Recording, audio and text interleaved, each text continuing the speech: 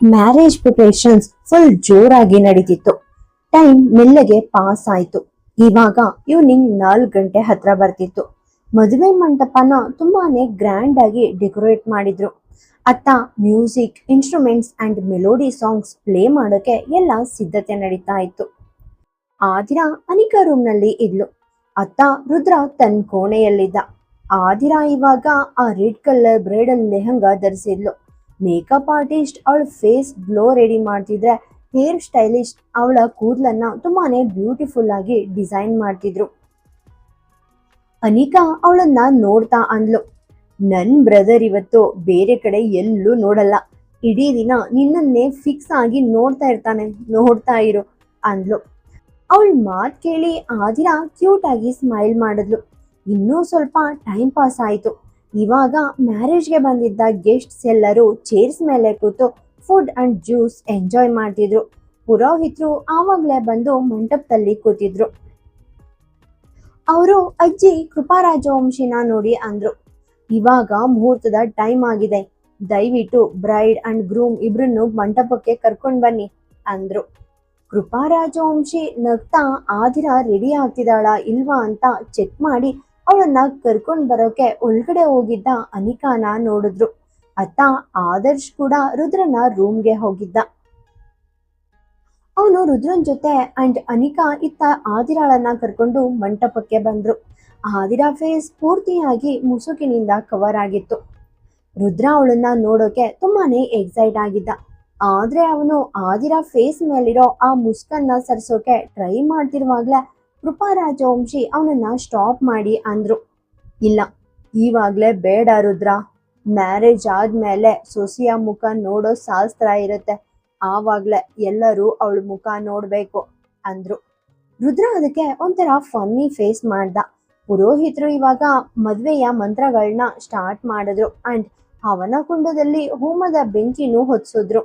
ಮದುವೆ ಶಾಸ್ತ್ರಗಳು ಸ್ಟಾರ್ಟ್ ಆಗ್ತಿದ್ದ ಹಾಗೆ ಪುರೋಹಿತರು ಮಂತ್ರಗಳನ್ನ ಪಠಿಸ್ತಾ ಇದ್ರು. ಫಸ್ಟ್ ಅವರು ರುದ್ರ ಅಂಡ್ ಆದಿರಾನ ಮುಖಾಮುಖಿ ನಿಲ್ಲೋಕೆ ಹೇಳಿದ್ರು.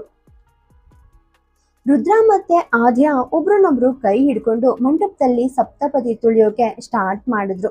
ಅಲ್ಲಿದ್ದವರೆಲ್ಲ ಹ್ಯಾಪಿಯಾಗಿ ನಗ್ತಾ ಅವರನ್ನೇ ನೋಡ್ತಿದ್ರು. ಪಾರ್ಟಿ ಪಾಪರ್ಸ್ ಅಂಡ್ ಫ್ಲವರ್ಸ್ ಮೇಲಿಂದ ಇವರಿಬ್ಬರ ಮೇಲೆ ಬೀಳ್ತಾ ಇತ್ತು. ಸಪ್ತಪತಿ ಮುಗಿದ ತಕ್ಷಣ ಪುರೋಹಿತರು ರುದ್ರ ಅಂಡ್ ಆದಿರಾ ಇಬ್ರಿಗೂ ಮಂಗಳಸೂತ್ರ ಅಂಡ್ ಸಿಂಧೂರ ಇಡೋ ಶಾಸ್ತ್ರಕ್ಕೆ ಹೇಳಿದ್ರು. ರುದ್ರ ತುಂಬಾನೇ ಪ್ರೀತಿಯಿಂದ ಆದಿರಾ ಕುತ್ತಿಗೆಗೆ ಮಂಗಳಸೂತ್ರ ಕಟ್ಟ. ಅದಾದ್ಮೇಲೆ ಅವಳ ಹಣೆ ಮೇಲೆ ಸಿಂಧೂರ ಇಡಕ್ಕೋಸ್ಕರ ಅವಳ ಮುಸುಕನ್ನ ಮೆಲ್ಲಗೆ ಮೇಲೆ ಎತ್ತದ. ಖಂಡಿತ ಅವನಿಗಿವಾಗ ಅವಳ ಕಂಪ್ಲೀಟ್ ಫೇಸ್ ನೋಡೋಕೆ ಆಗ್ಲಿಲ್ಲ ನಿಜ, ಆದ್ರೂ ಒಳಗಡೆ ಇರೋ ಅವಳ ಕ್ಯೂಟ್ ಲುಕ್ನ ಸ್ವಲ್ಪನೂ ಮಿಸ್ ಮಾಡದೆ ಕಣ್ಣಾರೆ ನೋಡ್ದ. ಆದಿರಾನ ಆ ಬ್ರೈಡಲ್ ಲುಕ್ನಲ್ಲಿ ತನ್ನ ಹೆಂಡತಿಯಾಗಿ ನೋಡಿದ್ಮೇಲೆ ಅವನಿಗೆಷ್ಟು ನೆಮ್ಮದಿ ಆಯ್ತು ಅಂದ್ರೆ ಅದನ್ನ ಮಾತುಗಳಲ್ಲಿ ಹೇಳೋಕೆ ಸಾಧ್ಯನೇ ಇರಲಿಲ್ಲ. ಅವನ ಫೇಸ್ ನಲ್ಲಿ ಒಂದು ಬಿಗ್ ಸ್ಮೈಲ್ ಇವಂತು. ಇವಾಗ ಅವನು ತುಂಬಾನೇ ಜಾಗರೂಕತೆಯಿಂದ ಆದಿರಾ ಹಣೆ ತುಂಬಾ ಕೆಂಪು ಸಿಂಧೂರವನ್ನ ತುಂಬಿಸ್ದ. ಪುರೋಹಿತರು ತಮ್ಮ ಮಂತ್ರಗಳನ್ನೆಲ್ಲ ಮುಗಿಸಿ ಅವರಿಬ್ರನ್ನು ನಗ್ತಾ ನೋಡ್ತಾ ಅಂದ್ರು, ನಿಮ್ ಮದ್ವೆ ಇವಾಗ ಕಂಪ್ಲೀಟ್ ಆಗಿದೆ, ಇವತ್ತಿನಿಂದ ನೀವಿಬ್ರು ಗಂಡ ಹೆಂಡತಿ, ಇನ್ಮೇಲೆ ನಿಮ್ಮ ಈ ಸುಂದರವಾದ ಜೀವನನ ಸ್ಟಾರ್ಟ್ ಮಾಡಬಹುದು ಅಂತ ಬ್ಲೆಸ್ ಮಾಡಿದ್ರು. ರುದ್ರ ನೆಮ್ಮದಿಯಿಂದ ಒಂದು ಲಾಂಗ್ ಬ್ರೇಕ್ ತಗೊಂಡ. ಅವನ ಮೈಂಡ್ ನಲ್ಲಿ ಇವಾಗ ಬರೀ ಮ್ಯಾರೇಜ್ ನೈಟ್ ಮಾತ್ರ ನೆನ್ಪಿತ್ತು. ಪುರೋಹಿತರು ಅವರನ್ನ ನೋಡಿ ಅಂದ್ರು, ಇವಾಗ ನಿಮ್ ಕುಟುಂಬದ ಎಲ್ಲ ಹಿರಿಯರ ಹತ್ರ ಹೋಗಿ ಆಶೀರ್ವಾದ ತಗೊಳ್ಳಿ ಅಂದ್ರು. ಅಷ್ಟರಲ್ಲೇ ಸಡನ್ ಆಗಿ ಒಂದು ವಾಯ್ಸ್ ಕೇಳಿಸ್ತು, ನೀವ್ ಎಲ್ರ ಬ್ಲೆಸ್ಸಿಂಗ್ಸ್ ಆಮೇಲೆ ತಗೋಬಹುದು ರುದ್ರ, ಆದ್ರೆ ಫಸ್ಟ್ ನನ್ ಕಡೆಯಿಂದ ನಿಮ್ಮ ವೆಡ್ಡಿಂಗ್ ಗಿಫ್ಟ್ ರಿಸೀವ್ ಮಾಡಿ ಅಂದ್ಲು. ಆ ಧ್ವನಿ ಕೇಳಿದ ತಕ್ಷಣ ಅಲ್ಲಿದ್ದವರೆಲ್ಲ ಈಶಾ ನಿಂತಿದ್ ಕಡೆ ತಿರುಗಿದ್ರು. ಅವಳನ್ನ ನೋಡಿದ ತಕ್ಷಣ ಆದಿರಾ, ಥ್ಯಾಂಕ್ ಗಾಡ್, ಇವಳು ಮ್ಯಾರೇಜ್ ಮುಗಿದ್ಮೇಲೆ ಬಂದ್ಲು, ಮುಂಚೆ ಬರ್ಲಿಲ್ಲ ಅಂತ ಅನ್ಕೊಂಡು ನಿರಾಳವಾಗಿ ನಿಟ್ಟುಸಿರು ಬಿಟ್ಲು. ಈಶಾ ಮಾತ್ ಕೇಳಿದ್ಮೇಲೆ ಪ್ರತಿಯೊಬ್ಬರ ಕಣ್ಗಳು ಇವಾಗ ಅವಳ ಮೇಲೇನೆ ಫಿಕ್ಸ್ ಆಗಿದ್ವು. ಅಟ್ಲೀಸ್ಟ್ ಅವಳು ತನ್ನ ಅಂಡ್ ರುದ್ರನ ಮ್ಯಾರೇಜ್ ಆಗೋಕೆ ಬಿಟ್ಟಿದ್ದಾಳಲ್ಲ ಅಂತ ಆದಿರಾ ಸಮಾಧಾನ ಮಾಡ್ಕೊಂಡ್ಲು. ಇಲ್ಲಾಂದ್ರೆ ಅವಳು ಮುಂಚೆನೆ ಬಂದು ಏನಾದ್ರೂ ಕಿರಿಕಿರಿ ಮಾಡ್ದಿದ್ರೆ ಮದುವೆನೇ ಸ್ಟಾಪ್ ಆಗ್ಬಿಡ್ತಿತ್ತು. ರುದ್ರ ಅವಳನ್ನ ಸೈಡ್ ಲುಕ್ ಇಂದ ನೋಡ್ತಿದ್ದ. ಇತ್ತ ಈಶಾ ತನ್ನ ಲಾಯರ್ ಜೊತೆ ತುಂಬಾನೇ ಆಟಿಟ್ಯೂಡ್ ತೋರಿಸ್ತಾ ಮುಂದೆ ಬಂದ್ಲು. ಈಶಾ ಕೈಯಲ್ಲಿ ಕೆಲವು ಲೀಗಲ್ ಪೇಪರ್ಸ್ ಇಟ್ಕೊಂಡಿದ್ಲು. ಅವಳು ರುದ್ರ ಅಂಡ್ ಆದಿರಾ ಹತ್ರ ಬಂದು ಆ ಫೈಲ್ನ ರುದ್ರನ್ ಕಡೆ ಚಾಚಿ ಅಂದ್ಲು, ನೀನು ಇಲ್ಲಿವರೆಗೂ ನನಗೆ ಏನನ್ನು ಕೊಟ್ಟಿಲ್ಲ ರುದ್ರ, ಆದ್ರೆ ನಾನಿವತ್ತು ನಿನ್ಗೆ ಒಂದು ಪ್ರೀಶಿಯಸ್ ಗಿಫ್ಟ್ ಕೊಡ್ಬೇಕು ಅಂತ ಬಂದಿದ್ದೀನಿ. ಇದು ನಿನ್ನ ಮ್ಯಾರೇಜ್ಗೆ ತುಂಬಾನೇ ಬ್ಯೂಟಿಫುಲ್ ಗಿಫ್ಟ್. ಯಾಕಂದ್ರೆ ಇದಕ್ಕಿಂತ ಬೆಸ್ಟ್ ಗಿಫ್ಟ್ ನಿನ್ಗೆ ಇನ್ಯಾರು ಕೊಡೋಕೆ ಚಾನ್ಸೇ ಇಲ್ಲ ಅಂತ ನನಗ್ ಚೆನ್ನಾಗ್ ಗೊತ್ತು ಅಂದ್ಲು. ರುದ್ರ ಆ ಫೈಲ್ನ ತನ್ನ ಕೈಗೆ ತಗೊಂಡು ಅಂದ, ನಾನ್ ನಿನ್ಗೆ ಆಲ್ರೆಡಿ ತುಂಬಾನೇ ಟೈಮ್ ಇನ್ಸಲ್ಟ್ ಮಾಡಿದೀನಿ ಈಶಾ, ಆದ್ರೂ ನಿನ್ಗೆ ಇನ್ಸಲ್ಟ್ ಆಗೋ ಆಸೆ ಇನ್ನು ಪೂರ್ತಿಯಾಗಿ ಕಮ್ಮಿ ಆದ ಹಾಗೆ ಕಾಣ್ತಿಲ್ಲ. ಅದಕ್ಕೆ ನೀನು ಡೈಲಿ ಇಂಥ ಡಲ್ ಫೇಸ್ ಇಟ್ಕೊಂಡು ಇಲ್ಲಿಗೆ ಬರ್ತೀಯ. ನನ್ಗೆ ಈ ಫೈಲ್ ನೋಡೋಕೆ ಸ್ವಲ್ಪನೂ ಇಂಟ್ರೆಸ್ಟ್ ಇಲ್ಲ, ಆದ್ರೂ ಜಸ್ಟ್ ಒಂದ್ಸಲ ನೋಡ್ತೀನಿ. ಅದರಿಂದಾದ್ರೂ ನಿನ್ ಮೈಂಡ್ಗೆ ಸ್ವಲ್ಪ ಪೀಸ್ ಸಿಗ್ಲಿ. ನೀನ್ ಹೇಳಿದಾಗೆ ನಾನ್ ನಿನ್ಗೆ ಏನನ್ನು ಕೊಟ್ಟಿಲ್ಲ ಅಲ್ವಾ, ಇವಾಗ ನಾನ್ ನಿನಗ್ ಕೊಡೋ ಈ ಸೈಲೆನ್ಸ್ ಇದೆಯಲ್ಲ ಅದನ್ನ ಇನ್ಯಾರು ಕೊಡೋಕೆ ಆಗಲ್ಲ ಅಂದ. ಅಷ್ಟು ಹೇಳಿ ಅವನು ಆ ಫೈಲ್ ಓಪನ್ ಮಾಡಿ ಓದೋಕೆ ಸ್ಟಾರ್ಟ್ ಮಾಡ್ದ ಅಂಡ್ ಜೋರಾಗಿ ನಗೋಕೆ ಪ್ರಾರಂಭಿಸ್ದ. ಅವನ್ ನಗ್ತಿರೋದನ್ನ ನೋಡಿ ಈಶಾ ಕೂಡ ಲೌಡ್ ಆಗಿ ನಗ್ತಾ ಅಂದ್ಲು, ಈ ಫೈಲ್ ಓದಿದ್ಮೇಲೆ ನಿನ್ ಮೆಂಟಲ್ ಬ್ಯಾಲೆನ್ಸ್ ತಪ್ಪದ ಹಾಗೆ ಕಾಣ್ತಿದೆ ರುದ್ರ. ನನಗ ಅರ್ಥ ಆಗುತ್ತೆ, ನೀನು ಹೃದಿಕಾನ ತುಂಬಾನೇ ಲವ್ ಮಾಡ್ತೀಯ ಅಲ್ವಾ, ಆದ್ರೆ ಇವಾಗ ಅವಳು ನೀನಿಂದ ದೂರ ಆಗ್ತಿದ್ದಾಳೆ ಅಂತ ನಿನ್ಗೆ ತುಂಬಾನೇ ಬ್ಯಾಡ್ ಫೀಲ್ ಆಗ್ತಿರ್ಬೇಕು, ಹೌದಲ್ವಾ ಅಂದ್ಲು. ಆವಾಗ ರುದ್ರ ಆ ಕಸ್ಟಡಿ ಫೈಲ್ನ ವಾಪಸ್ ಈಶಾಗೆ ಕೊಡ್ತಾ ಅಂದ, ಈ ಫೈಲ್ ಡಾಕ್ಯುಮೆಂಟ್ಸ್ ಎಲ್ಲ ತುಂಬಾನೇ ಚೆನ್ನಾಗಿದೆ ಈಶಾ, ಆದ್ರೆ ನನಗೊಂದು ಕ್ಲಾರಿಟಿ ಕೊಡು, ನನ್ ಮಗು ಎಲ್ಲಿದ್ದಾಳೆ? ನೀನ್ ಇವಾಗ ಇಲ್ಲಿಗೆ ಯಾವ ಮಗುವಿನ ಕಸ್ಟಡಿ ತಗೊಳಕ್ಕೆ ಬಂದಿದ್ಯಾ ಅಂದ. ಯಾಕಂದ್ರೆ ನನಗ್ ನೆನ್ಪಿರೋ ಹಾಗೆ ಹೌದು, ನಮ್ಮಿಬ್ರಿಗೂ ಒಂದ್ ಮಗು ಇತ್ತು, ಆದ್ರೆ ನೀನ್ ಆ ಮಗುವನ್ನ ಕರ್ಕೊಂಡು ಆವಾಗ್ಲೇ ಓಡ್ ಹೋಗಿದ್ಯಾ, ಕರೆಕ್ಟ್ ಅಲ್ವಾ? ನನ್ ಹತ್ರ ಆ ಮಗುನೇ ಇಲ್ದಿರುವಾಗ ನಾನ್ ಅದನ್ನ ನಿನಗೆ ಹೇಗ್ ರಿಟರ್ನ್ ಮಾಡ್ಲಿ ಹೇಳು? ನನ್ಗೇನಾದ್ರೂ ಒಬ್ನೇ ಮಗುವನ್ನ ಹೇರೋ ಶಕ್ತಿ ಇದ್ದಿದ್ರೆ ಖಂಡಿತ ಆ ಮಗುವನ್ನ ನಿನ್ಗೆ ಗಿಫ್ಟ್ ಮಾಡ್ತಿದ್ದೆ, ಆದ್ರೆ ಇವಾಗ ಆದಿರಾ ಅಂಡ್ ನನ್ಗೆ ಮಗು ಇದೆ, ಹಾಗಿರ್ಬೇಕಾದ್ರೆ ಆದಿರಾ ತನ್ನ ಮಗುವನ್ನ ನಿನಗೆ ಯಾಕೆ ಕೊಡ್ಬೇಕು ಹೇಳು ಅಂದ. ಈಶಾ ಫುಲ್ ಸಿಟ್ಟಿನಿಂದ ಹಲ್ ಕಡಿತಾ ಅಂದ್ಲು, ನಿನ್ ಏನಾದ್ರೂ ಹುಚ್ಚ ಹಿಡ್ದಿದ್ಯಾ ರುದ್ರ? ನಾನಿಲ್ಲಿ ಹೃದಿಕಾ ಕಸ್ಟಡಿ ಬಗ್ಗೆ ಕೇಳ್ತಿದ್ದೀನಿ, ನಾನ್ ನಿನ್ ಹತ್ರ ಪರ್ಮಿಷನ್ ಕೇಳ್ತಿಲ್ಲ. ಅವಳನ್ನ ನಿನ್ನಿಂದ ಕರ್ಕೊಂಡು ಹೋಗೋಕೆ ಬಂದಿದ್ದೀನಿ. ಅವಳು ನನ್ ಮಗು ಆಗಿರೋದ್ರಿಂದ ನೀನ್ ನನ್ನನ್ನ ಸ್ಟಾಪ್ ಮಾಡೋಕೆ ಚಾನ್ಸೇ ಇಲ್ಲ ಅಂತ ರೇಗದ್ಲು. ರುದ್ರ ತಕ್ಷಣ ಕೇಳ್ದ, ನಿನ್ಗೆ ಕನ್ಫರ್ಮ್ ಆಗಿದ್ಯಾ ಈಶಾ? ನೀನ್ ಆಮೇಲೆ ಇದನ್ನ ವಾಪಸ್ ತಗೊಳ್ಳಲ್ಲ ಅಲ್ವಾ ಅಂದ. ಈಶಾ ಹೆಡ್ ಶೇಕ್ ಮಾಡಿ ಅಂದ್ಲು, ಖಂಡಿತ ಇಲ್ಲ ರುದ್ರ, ಹೃದಿಕಾ ನನ್ ಮಗಳು ಅಂಡ್ ನಾನ್ ಅವಳ ಕಸ್ಟಡಿ ಹೇಗಾದ್ರೂ ಮಾಡಿ ಪಡ್ಕೋಬೇಕು ಅಂತ ಬಂದಿದ್ದೀನಿ. ಸೊ ಇವಾಗ್ಲೇ ನನ್ ಮಗಳನ್ನ ನನ್ಗೆ ಕೊಟ್ಬಿಡು, ನಾನ್ ಅವಳನ್ನ ಇಲ್ಲಿಗೆ ಕರ್ಕೊಂಡು ಹೋಗ್ತೀನಿ. ನಿನ್ ತರ ಇರೋ ಜನರ ಹತ್ರ ನನ್ ಮಗಳನ್ನ ಬಿಡೋಕೆ ಸಾಧ್ಯನೇ ಇಲ್ಲ. ನಾನ್ ಅವಳನ್ನ ತುಂಬಾನೇ ಚೆನ್ನಾಗಿ ನೋಡ್ಕೋಬೇಕು, ಯಾಕಂದ್ರೆ ನಾನು ಅವಳ ಸ್ವಂತ ತಾಯಿ.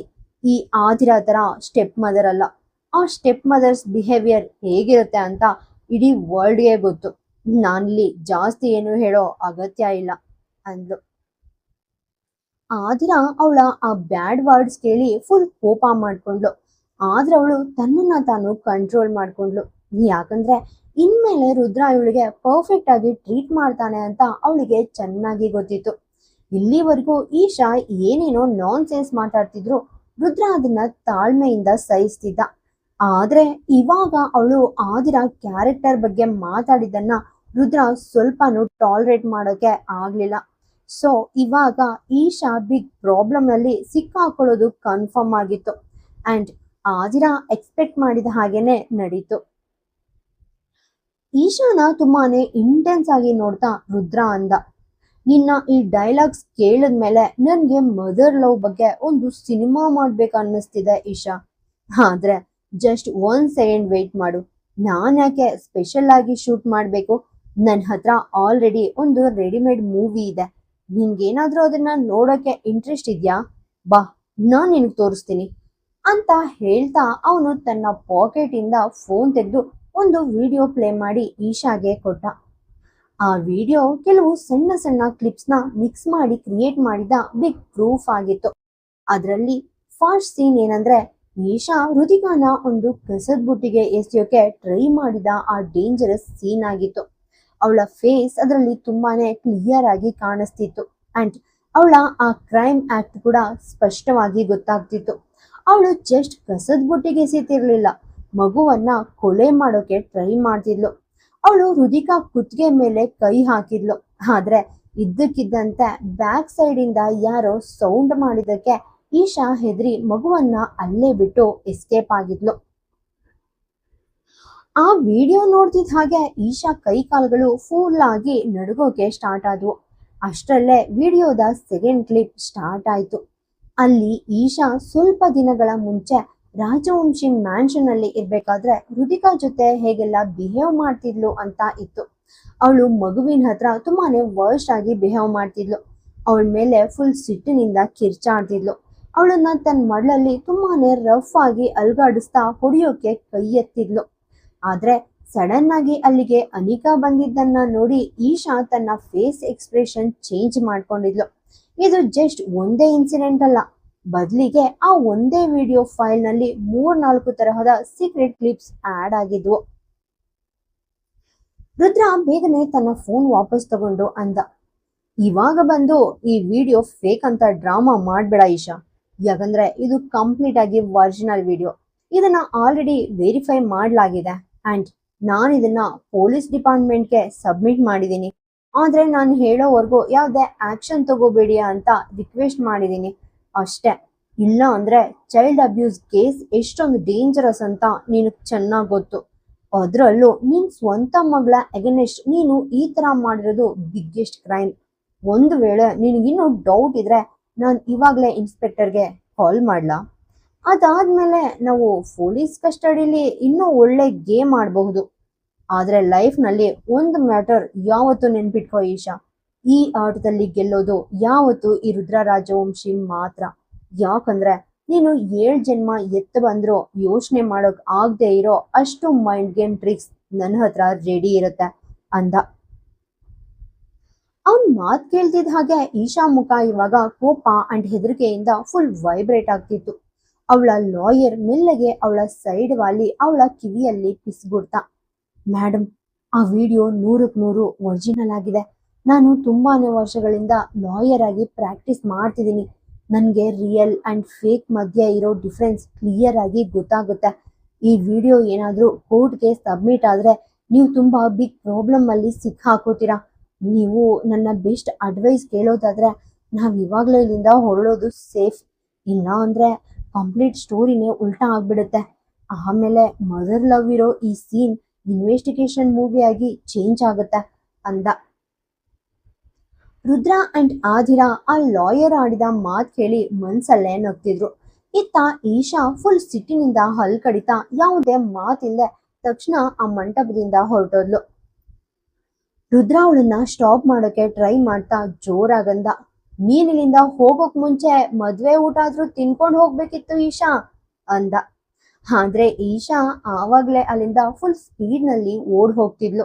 ಅವಳ ಲಾಯರ್ ಕೂಡ ಯಾವುದೋ ಸಾಕು ನಾಯಿ ತರ ಅವಳನ್ನೇ ಫಾಲೋ ಮಾಡ್ತಾ ಹಿಂದೆನೆ ಓಡ್ತಿದ್ದ. ಇತ್ತ ಇನ್ನೊಂದ್ ಸೈಡ್ ನಿಂತಿದ್ದ ಮೀಡಿಯಾ ಪೀಪಲ್ ಎಲ್ಲವನ್ನ ತಮ್ಮ ಕ್ಯಾಮ್ರಾದಲ್ಲಿ ಲೈವ್ ಆಗಿ ರೆಕಾರ್ಡ್ ಮಾಡ್ತಿದ್ರು. ಅವರಿಗೆ already Rudra and Aadira marriage story ಅನ್ನೋ ಒಂದು ಬ್ಯೂಟಿಫುಲ್ ಕಂಟೆಂಟ್ ಸಿಕ್ಕಿತ್ತು. ಆದ್ರೆ ಇವಾಗ ಸಡನ್ ಆಗಿ ಸಿಕ್ಕಿರೋ ಈ ಹೈ ಡ್ರಾಮಾ ಮ್ಯಾಟರ್ ಅವರಿಗೆ ಫುಲ್ ಫ್ಲೇವರ್ಡ್ ಐಸ್ ಕ್ರೀಮ್ ಸಿಕ್ಕ ಹಾಗೆ ಫೀಲ್ ಕೊಡ್ತಿತ್ತು. ರುದ್ರ ಅಂಡ್ ಆದಿರಾ ಒಬ್ರನ್ನೊಬ್ರು ನೋಡ್ಕೊಂಡ್ರು. ರುದ್ರ ಆದಿರಾ ಮುಖ ನೋಡ್ತಾ ಅಂದ, ಆ ಹೆಣ್ಣು ನಾಯಿಯ ಲೂಸ್ ಟಾಕ್ ನ ನೀನು ಜಾಸ್ತಿ ಸೀರಿಯಸ್ ಆಗಿ ತಗೋಬೇಡ ಹಾರ್ಟ್ ಬೀಟ್. ನಾಯಿಗಳು ಬಗ್ಳೋದು ಕಾಮನ್ ಅಂತ ನೀನು ಚೆನ್ನಾಗಿ ಗೊತ್ತಲ್ವಾ ಅಂದ. ಆದಿರಾ ಕ್ಯೂಟ್ ಆಗಿ ಸ್ಮೈಲ್ ಮಾಡ್ತಾ ಅಂದ್ಲು, ನನಗ್ ಗೊತ್ತು ರಾಜವಂಶಿ ಸರ್, ಅಂಡ್ ಒಂದು ಸಿಂಹ ಗರ್ಜಿಸಿದಾಗ ಆ ನಾಯಿಗಳು ಹೇಗೆ ಮನೆ ಓಡ್ ಹೋಗ್ತವೆ ಅಂತ ಇವಾಗ ನಿಮ್ಗೂ ಗೊತ್ತಾಯ್ತಲ್ವಾ ಅಂದ್ಲು. ರುದ್ರ ಅವಳನ್ನೇ ನೋಡಿ ನಾಟಿಯಾಗಿ ಸ್ಮೈಲ್ ಮಾಡ್ದ.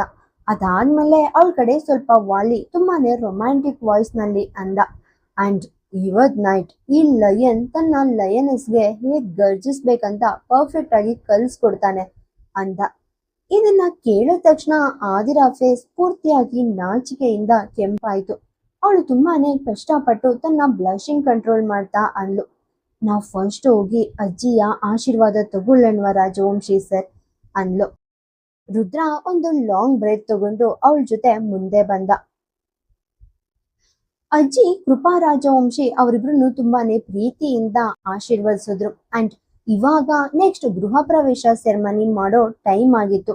ಆದ್ರೆ ಅನಿಕಾ ಮಾತ್ರ ಇವತ್ತು ಅಣ್ಣನ ಹತ್ರ ಬಿಗ್ ಅಮೌಂಟ್ ಗಿಫ್ಟ್ ತಗೊಳ್ಳೋವರೆಗೂ ಅವನನ್ನ ಗೃಹ ಪ್ರವೇಶ ಮಾಡೋಕೆ ಬಿಡಲ್ಲ ಅಂತ ಪೂರ್ತಿಯಾಗಿ ಡಿಸೈಡ್ ಮಾಡಿದ್ಲು. ಅದಕ್ಕೆ ಅವಳು ಗೇಟ್ ಹತ್ರ ನಿಲ್ಲೋಕೆ ಬೇಗನೆ ಒಳಗಡೆ ಹೊರಡಿದ್ಲು. ಅಲ್ಲಿ ಕೃಪಾ ರಾಜವಂಶಿ ಪುರೋಹಿತರಿಗೆ ದಕ್ಷಿಣೆ ಕೊಟ್ಟು ಕಳಿಸಿದ್ರು. ಅದಾದ್ಮೇಲೆ ಆ ಪುರೋಹಿತರು ಅಲ್ಲಿಂದ ಹೊರಟು ಹೋದ್ರು. ಈಶಾ ಅಂಡ್ ರುದ್ರ ನಡುವೆ ನಡೆದ ಆ ಒಂದು ಹೈ ವೋಲ್ಟೇಜ್ ಸೀನ್ ಆದ್ಮೇಲೆ ಅಲ್ಲಿದ್ದ ಗೆಸ್ಟ್ಸ್ ಎಲ್ಲರೂ ಆರಾಮವಾಗಿ ಡಿನ್ನರ್ ಎಂಜಾಯ್ ಮಾಡೋಕೆ ಫುಲ್ ಕೌಂಟರ್ ಕಡೆ ಹೊರಟಿದ್ರು. ಗೃಹ ಪ್ರವೇಶ ಸೆರೆಮನಿಗೋಸ್ಕರ ಕೃಪಾ ರಾಜವಂಶಿ ರುದ್ರ ಅಂಡ್ ಆದಿರಾ ಜೊತೆ ಮುಂದೆ ಬಂದ್ರು. ಇವಾಗ ಇಬ್ರು ಬಾಗ್ಲಗೆ ಅಡ್ಡಲಾಗಿ ನಿಂತಿದ್ದ ಅನಿಕಾನ ನೋಡಿದ್ರು. ಕೃಪಾ ರಾಜವಂಶಿ ರುದ್ರ ಮತ್ತೆ ಆದಿರಾಳಿಗೆ ವೆಲ್ಕಮ್ ಮಾಡೋಕೆ ಎಲ್ಲ ರೆಡಿ ಮಾಡ್ತಿದ್ರು. ಆದ್ರೆ ಅದಕ್ಕೂ ಮುಂಚೆನೆ ಅನಿಕಾ ಗೇಟ್ ಹತ್ರ ಕಣ್ಗಳನ್ನ ದೊಡ್ಡದಾಗಿ ಮಾಡ್ಕೊಂಡು ನಿಂತಿದ್ಲು. ಅವಳ ಆ ಕಣ್ಣಿನ ಕಣ್ಗಳು ರುದ್ರನ ಮೇಲೆ ಫಿಕ್ಸ್ ಆಗಿದ್ವು. ಅವಳ ಕೈ ಮುಂದಕ್ಕೆ ಚಾಚಿತ್ತು ಅಂಡ್ ಪದೇ ಪದೇ ಬೆರಳುಗಳನ್ನ ಆಡಿಸ್ತಾ ದುಡ್ಡು ಕೇಳುತ್ತಾ ಇದ್ಲು. ರುದ್ರ ಅವಳ ಆ ಸನ್ನೆಯನ್ನ ಪೂರ್ತಿ ಅರ್ಥ ಮಾಡ್ಕೊಂಡ.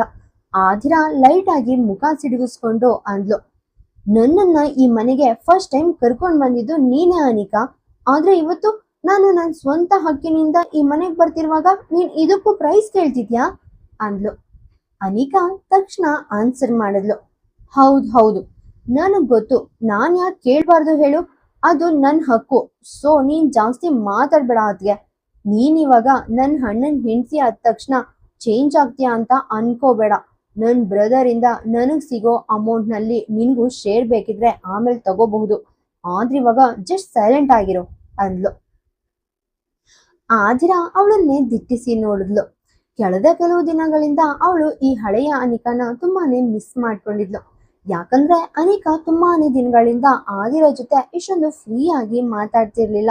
ಅವಳು ಯಾವಾಗ್ಲೂ ಅವಳನ್ನ ತುಂಬಾನೇ ಗೌರವದಿಂದ ನೀವು ಅಥವಾ ಅತ್ತಿಗೆ ಅಂತ ಕರಿತಿದ್ಲು. ಆದ್ರೆ ಇವತ್ತು ಫ್ಲೋನಲ್ಲಿ ಮತ್ತೆ ನೀನು ಅಂಡ್ ನಿನ್ನ ಅಂತ ಹಳೆ ತರಹನೇ ಮಾತಾಡೋಕೆ ಸ್ಟಾರ್ಟ್ ಮಾಡಿದಾಳೆ.